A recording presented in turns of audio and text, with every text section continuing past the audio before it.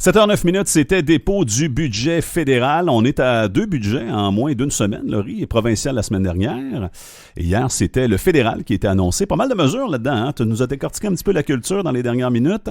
Là, on va aller en parler plus en détail avec un fiscaliste chez Raymond Chabot Grant Thornton, Olivier Levesque, qui est avec nous comme la semaine dernière. Bonjour, M. Levesque. Oui, bonjour, bon matin. Pas mal de mesures qui ont été annoncées, un budget qui couvre large, mais qui, on dirait qu'il n'y a pas de grandes mesures phares dans ce budget. Est-ce que je me trompe? Ben, en fait, à une exception près, peut-être, lorsqu'on regarde ça d'un œil d'un fiscaliste. Donc, je vous ramène un petit peu dans le temps. Le 29 juin 2021, il y a un projet de loi privé qui est amené donc au Parlement fédéral. Et puis, c'est accepté, étant donné que le gouvernement est minoritaire. Ce projet de loi qu'on appelle le projet de loi C-208 traite d'un transfert interfamilial au niveau des petites entreprises. Eh bien, ce projet de loi était tellement généreux que le gouvernement a dit un instant, on va vous donner des balises plus claires, mais on veut garder ce transfert-là parce que ça comble une inéquité fiscale qui était présente depuis la création de l'impôt sur le revenu.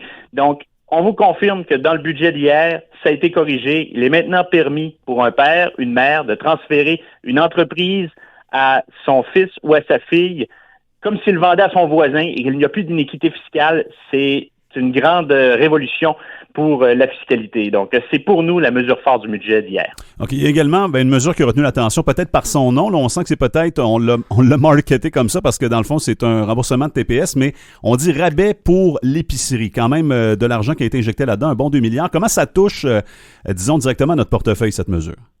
Oui, ben vous l'avez bien vu. En effet, on a appelé ça un petit peu plus marketing que ce que ce l'est en réalité, parce que oui, c'est une bonification du crédit de TPS. Donc, toutes les personnes qui touchaient déjà le crédit de TPS, donc grosso modo, un célibataire gagnant moins de 49 000 $ ou pour un couple de 2 enfants d'un revenu familial de moins de 58 000 $, si vous touchiez déjà la TPS, vous recevrez ce paiement unique.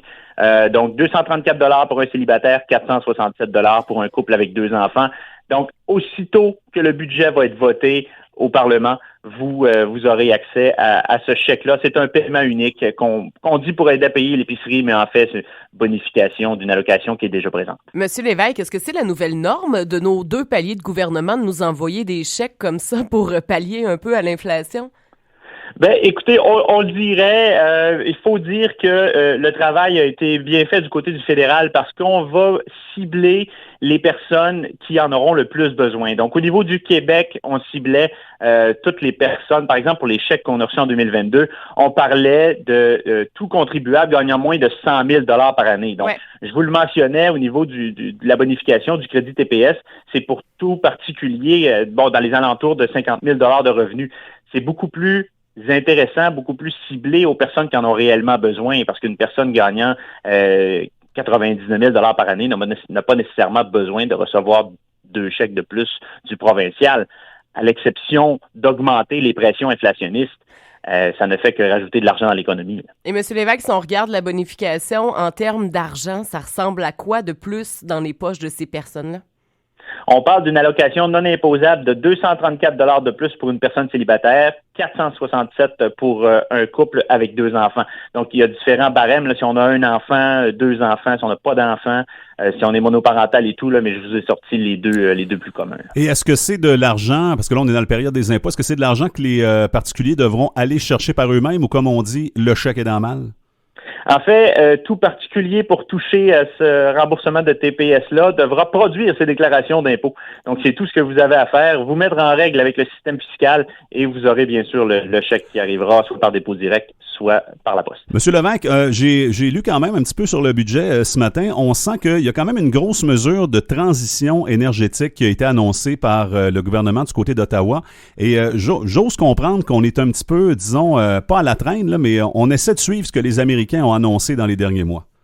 Ben, vous l'avez bien cerné. Donc, l'économie propre, c'est 80 milliards sur 10 ans qui ont été annoncés dans le budget d'hier, soit sous forme de crédit d'impôt très généreux, soit sous forme d'enveloppe budgétaire sur lesquelles on n'a pas nécessairement les détails pour l'instant.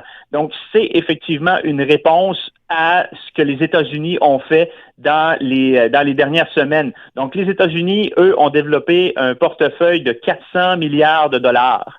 Si on regarde en comparaison l'économie canadienne et l'économie américaine, le Canada vient de mettre 2 fois plus d'argent que les États-Unis. Et le but est clair, c'est d'avoir les entreprises en énergie propre qui viennent s'installer ici. Les investissements, on les veut ici au Canada. On veut les retombées de tous ces investissements-là. On veut les impôts au Canada. On veut avoir ces retombées-là futures. C'est la technologie du futur et on veut que ça se passe au Canada. Monsieur Lévesque, j'ai une question par rapport à plein de mesures qui ont été annoncées, dont une là, par rapport où on voudrait un chargeur universel, entre autres, pour les téléphones cellulaires. On sent que le gouvernement d'Ottawa, on parlait également billets de spectacle, va dans des, disons, combats pour aider vraiment les citoyens, mais je me demandais par rapport à cette mesure là, pour les chargeurs en particulier, pour faire un petit peu comme en Europe, là, avoir le USB-C, par exemple, comme mesure unique là, pour tout ce qui est chargeur de téléphone, à quel point un gouvernement fédéral peut avoir de l'impact là-dessus? Je me suis vraiment posé la question en voyant l'annonce. Bien, en fait, en y allant d'une législation, toutes les entreprises qui font affaire au Canada n'auraient donc pas le choix de s'y conformer. En fait, qu'est-ce qu'on veut avec cette mesure-là? C'est vraiment enlever le gaspillage informatique qu'on a et qui est si facile à faire. Je change de téléphone, faut que je change 3 chargeurs. Ouais. Celle-là que j'avais dans mon auto, dans la chambre puis dans la cuisine. On a toute une boîte à chargeur, un petit tiroir à chargeur à la maison. Hein? Ben c'est ça, exactement. Et le but étant vraiment de réduire les déchets. Je vous amène aussi sur un point un petit peu similaire qui a été annoncé par le gouvernement fédéral et qui revient un petit peu à la même chose. C'est un droit à la réparation des électroménagers. Donc, ce qu'ils veulent faire, c'est lancer des consultations afin que les pièces au niveau des électroménagers ne soient plus faites sur mesure et qu'elles soient introuvables. Et donc, lorsque notre électroménager casse, brise, la seule façon qu'on a de le réparer, c'est de le changer. Ouais. Donc, c'est vraiment des mesures de développement durable un petit peu, là. Et en terminant, M. Lévesque, évidemment, on était comme en alliance entre les libéraux et le NPD et on sentait que la mesure très importante pour le nouveau Parti démocratique, c'est l'accès aux soins dentaires. Il y a des annonces également qui ont été faites là-dessus. Oui, effectivement. Donc, c'est la mesure phare que le NPD écrit partout dessus. Donc, en 2022, dans le dernier budget, on avait annoncé presque 5 milliards pour la création d'une assurance soins dentaires pour l'ensemble du Canada. On s'est rendu compte que ça coûtait excessivement cher. Donc, hier, il y a un 8 milliards de plus d'argent neuf qui a été ajouté pour un total de 13 milliards pour le programme des soins dentaires. Donc, grosso modo, 2022, on avait mis ça pour tous les enfants de moins de 12 ans. En 2023, qu'est-ce qu'on fait? C'est qu'on veut l'ajouter à toutes les adultes, toutes les familles de moins de 90 000 $ de revenus. Donc, on veut vraiment l'agrandir et on voit que ça va avoir un coût qui est beaucoup plus important. Les détails seront bien sûr présentés plus tard cette année, mais on veut que ce soit un régime administré par Santé Canada. On sait que les familles de moins de 70 000 $ de revenus familial n'auront pas de quote-part à payer. On parle d'une potentielle quote-part pour toutes les familles entre 70 et 90 000 $ de revenus. Olivier Lévesque, fiscaliste chez Raymond Chabot Grant Thornton, merci beaucoup d'avoir décortiqué un petit peu tout ça pour nous parce que c'est du stock. Merci de m'avoir reçu. Ça fait plaisir. Passez une belle journée. Il y en a eu de l'annonce hier, hein, oui, le budget. Quand même. J'ai vu, c'est un livre qu'on annonce quand on sort un budget. On vous annonce une autre nouvelle qui est sortie ce matin, là, un peu plus tôt. C'est le prolongement de l'autoroute Allemand-Labbé. On a finalement, du côté du gouvernement du Québec, choisi le tracé. Il y en avait 3 qui étaient à l'étude. C'est le tracé nord qui a été retenu. On va en parler d'ailleurs avec le député de la Coalition Avenir Québec, Éric Girard, dans les prochaines minutes. Mais juste avant, en musique, Coldplay et Vivant la vie dans la planète.